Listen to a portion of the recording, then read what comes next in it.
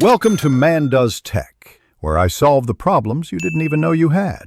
Hello everyone. In this video I will explain how to remove Infiniti Q50 headlights, providing a full guide to help you through the process. First, let's gather our tools. You'll need an automotive pushpin puller, 10mm and 12mm deep sockets, and a Phillips screwdriver.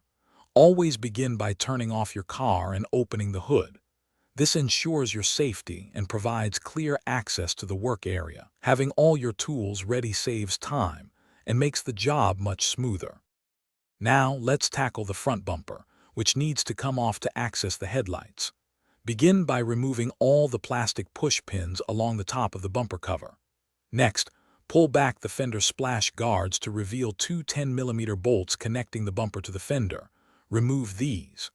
Gently pull the bumper away from the vehicle, being mindful of any electrical connections for fog lights or parking sensors. Disconnect these harnesses carefully before fully removing the bumper. With the front bumper safely removed, you now have clear access to the headlight assemblies.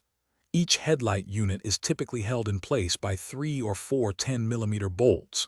You'll find these bolts along the top edge and on the outer side of the headlight housing. Once all the bolts are removed, carefully reach behind the headlight and disconnect the main electrical harness. There might be a clip or tab to press for release. Take your time to avoid damaging any wires or connectors. After disconnecting the harness and removing all bolts, you can now gently pull the headlight assembly straight out. It should slide out smoothly. Take a moment to inspect the headlight and the area behind it for any dirt or damage. When reinstalling, simply reverse these steps. Ensure all bolts are tightened to specification and all electrical connectors are securely plugged in. Before fully reattaching the bumper, turn on your vehicle and test both headlights to confirm they are working correctly.